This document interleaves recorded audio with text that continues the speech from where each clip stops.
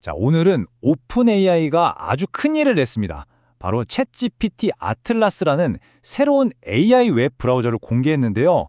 이게 그냥 뭐랄까 브라우저에 AI 기능이 좀 추가된 정도가 아니고요. 우리가 인터넷을 쓰는 방식 자체를 아예 처음부터 다시 생각하게 만드는 그런 엄청난 시도라고 볼 수 있겠습니다. 그래서 오늘 이 아틀라스에 대해서 제대로 한번 파헤쳐 볼 텐데요. 우선 아니 브라우저가 뭐 새로울 게 있나? 하는 생각부터 시작해서 아틀라스가 대체 뭔지, 그리고 가장 중요한 세 가지 핵심 기능은 또 뭔지 알아볼 겁니다. 물론 실제로는 어떻게 돌아가는지도 봐야겠죠. 마지막으로 이게 앞으로 우리 인터넷 상황을 어떻게 바꿀지 그 미래까지 한번 그려보겠습니다. 자, 그럼 첫 번째 이야기부터 시작해 볼까요? 바로 웹브라우저를 다시 생각해 보자는 겁니다. 도대체 왜 지금 브라우저에 혁신이 필요하다고 하는 걸까요? 여러분, 한번 솔직하게 생각해 보세요. 지금 쓰고 계신 브라우저 보면서 와, 이거 진짜 새롭다 하고 감탄했던 게 언제가 마지막이세요? 아마 까마득할 겁니다. 솔직히 탭 기능이 처음 나왔을 때가 거의 마지막 혁신 아니었나요? 한동안 정말 정체되어 있었죠. 바로 이 지점, 이 정체된 상황에서 오픈 AI가 기회를 본 겁니다. 오픈 AI의 수장 샘 알트만이 이런 말을 했어요. AI는 10년에 한 번 찾아올까 말까한 엄청난 기회다. 브라우저가 과연 무엇이어야 하는지 근본부터 다시 생각하게 만든다 라고요. 그러니까 이거 무슨 뜻이겠어요? 아틀라스는 그냥 기능 몇 개 추가한 그런 게 아니라 아예 판을 바꾸는 게임 체인저라는 거죠. 자, 그럼 그 해답으로 등장한 게 바로 챗GPT 아틀라스입니다. 여기서 진짜 중요한 포인트가 있어요. 이건 그냥 AI 기능이 들어간 브라우저가 아니에요. AI를 핵심에 두고 아예 처음부터 설계된 완전히 새로운 종류의 브라우저라는 겁니다. 이 차이가 어마어마합니다. 그럼 챗 GPT 아틀라스가 뭐냐? 한마디로 정의하면 이렇습니다. 대화가 중심이 되는 웹 브라우저. 우리가 보통 주소창에 뭘 입력하고 클릭하잖아요. 그게 아니라 그냥 대화하듯이 인터넷을 쓰는 거예요. 목표는 아주 명확해요. 우리가 웹서핑을 하면서 그냥 시간만 보내는 게 아니라 더 궁금해하고 더 똑똑해지고 일도 훨씬 더 잘하게 만들어주겠다는 거죠. 개발팀의 리더가 한 말이 정말 인상적인데요. 우리는 챗 GPT를 아틀라스의 뛰는 심장으로 만들었습니다. 라고 했어요. 와, 심장이래요.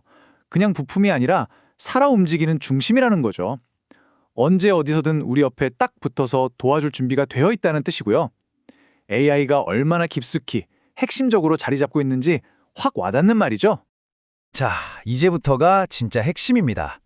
그래서 아틀라스가 구체적으로 뭐가 다른데 어떻게 모든 걸 바꾼다는 건데 그 비밀을 풀어줄 세 가지 핵심 혁신 기능을 지금부터 하나씩 뜯어보겠습니다.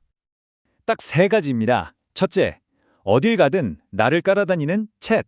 둘째, 나를 기억하고 학습하는 브라우저 메모리. 그리고 마지막, 대망의 기능이죠. 나 대신 일을 처리하는 에이전트. 자, 그럼 첫 번째부터 바로 들어가 보죠. 첫 번째는 챗 애니웨어, 말 그대로 어디서나 채팅이 가능하다는 겁니다. 이게 무슨 말이냐면 이제 웹서핑할 때 챗 GPT가 그냥 내 옆에 딱 붙어 있는 거예요. 개인 비서처럼요. 어떤 사이트에 들어가든 화면 옆에 사이드바가 항상 있어요. 그리고 이 녀석이 아주 똑똑해서 제가 지금 보고 있는 페이지 내용을 다 파악하고 있습니다. 예를 들어 엄청 긴 영문 기사를 보고 있으면 이거 3줄로 요약해줘 하면 바로 해주고 개발자라면 코드 보다가 이 코드 분석 좀 해줘 할 수도 있고요. 심지어 이메일 쓰다가 이 문장 좀 더 정중하게 바꿔줘 하는 것도 가능해요. 제일 좋은 건 이제 탭 여러 개 띄워놓고 복사 붙여넣기 할 필요가 없어진다는 거죠. 정말 편해지겠죠? 자, 두 번째 핵심 기능은 브라우저 메모리입니다. 이름 그대로 브라우저가 나를 기억하기 시작한다는 뜻이에요. 쓸수록 나한테 맞춰서 점점 더 똑똑해지는 거죠. 그러니까 제가 아틀라스를 쓰면 쓸수록 브라우저가 제 취향이나 업무 스타일을 학습해서 점점 더 유용한 비서가 되는 거예요. 홈페이지를 딱 켜면 제가 다음에 할 것 같은 일을 먼저 제안해주기도 하고요. 근데 진짜 대박인 건 이겁니다. 예전에는 방문 기록 찾으려면 키워드로 막 검색해야 했잖아요.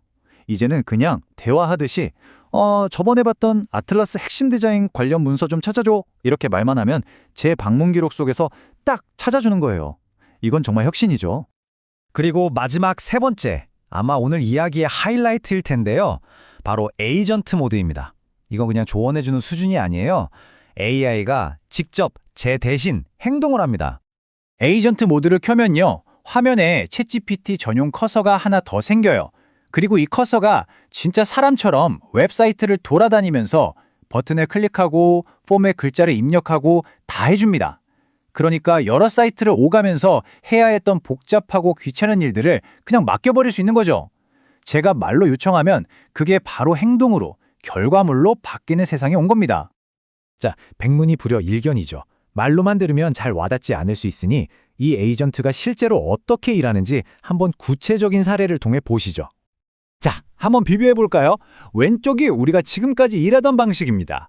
구글 문서 보고 할 일 파악해서 리니어 같은 협업 툴 켜고 일일이 티켓 만들고 동료 태그하고 다시 문서 돌아가서 댓글 남기고 복잡하죠. 그런데 오른쪽 아틀라스 방식은요? 그냥 딱 한마디 이거 처리 좀 해줘. 끝입니다. 그러면 에이전트가 알아서 문서를 쫙 읽고 리니어에 티켓을 착착 만들고 담당자까지 딱 지정해서 태그하고 심지어 문서에다가는 티켓 생성 완료했습니다 하고 예의 바르게 댓글까지 달아줘요. 이 차이 엄청나지 않나요? 이게 꼭 일할 때만 유용한 건 아니에요. 예를 들어 제가 친구들을 초대해서 요리를 하려고 레시피를 보고 있어요. 이 레시피 8인분 기준으로 재료양 좀 다시 계산해줘 하면 바로 쫙 계산해주죠. 근데 여기서 끝이 아닙니다. 좋았어. 그럼 이 재료들로 고기랑 채소 바로 주문해줘 라고 시키는 거예요. 그럼 에이전트가 인스타카트 같은 장보기 앱으로 슉 넘어가서 필요한 것들을 장바구니에 다 담아놔요. 저는 마지막에 그냥 확인하고 결제 버튼만 누르면 되는 거죠. 이건 뭐 거의 집사 수준 아닌가요? 정말 든든한 파트너가 생긴 기분일 것 같아요.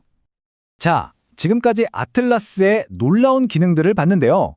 그럼 이제 한 걸음 물러나서 이게 앞으로 브라우저의 미래를 어떻게 바꿀지, 그리고 이런 강력한 기능 앞에서 안전이나 개인정보 문제는 괜찮은 건지 좀 더 큰 그림을 이야기해 보겠습니다. 오픈AI는 이런 미래를 설명하기 위해 바이브라이핑이라는 재미있는 신조어를 만들었어요. 이게 뭐냐면 복잡하고 귀찮은 일들을 그냥 AI 에이전트한테 툭 던져서 맡겨버리는 그런 라이프 스타일을 말하는 겁니다. 일상적인 일이든 전문적인 업무든 말이죠. 바로 이게 아틀라스가 꿈꾸는 최종 목표, 궁극적인 비전인 셈입니다. 당연히 이런 얘기를 들으면 걱정이 되실 수 있어요. 내 개인정보는? AI가 내 맘대로 뭘 하면 어떡하지? 하고요. 아주 중요한 지점이죠. 그래서 오픈AI도 이 부분을 엄청 신경 썼습니다. 모든 통제권은 언제나 사용자에게 있어요. 에이전트를 쓸지 말지, 어떤 작업에서 쓸지 내가 결정하고요. 저를 기억하는 브라우저 메모리 기능도 원하지 않으면 끌 수 있고 언제든 기록을 지울 수 있습니다. 당연히 시크릿 모드도 있고요. 그리고 가장 중요한 것, 에이전트가 어떤 행동을 하기 전에는 무조건 반드시 사용자에게 이렇게 해도 될까요? 라고 허락을 받아야 합니다. 내 승인 없이는 아무것도 할 수 없는 거죠. 그럼 이 멋진 아틀라스 지금 바로 써볼 수 있을까요? 네, 일단 맥OS 사용자들은 지금 바로 사용 가능합니다. 다만 핵심 기능인 에이전트 모드는 플러스나 프로 유료 사용자들에게 먼저 제공된다고 해요. 윈도우나 모바일 버전은 아쉽지만 아직이고 곧 출시 예정이라고 하니 조금만 더 기다려봐야겠습니다. 자, 오늘 챗GPT의 아틀라스에 대해 쭉 살펴봤는데요. 이제 마지막으로 여러분께 이 질문 하나를 던지면서 마무리할까 합니다. 여러분에게 웹브라우저는 그냥 인터넷 세상을 들여다보는 창문에 불과한가요? 아니면 이제 내 일을 돕고 나를 이해해주는 파트너가 되어가고 있나요? 어쩌면 아틀라스의 등장은 이 질문에 대한 우리 각자의 답을 진지하게 고민하게 만드는 시작점이 아닐까 싶습니다.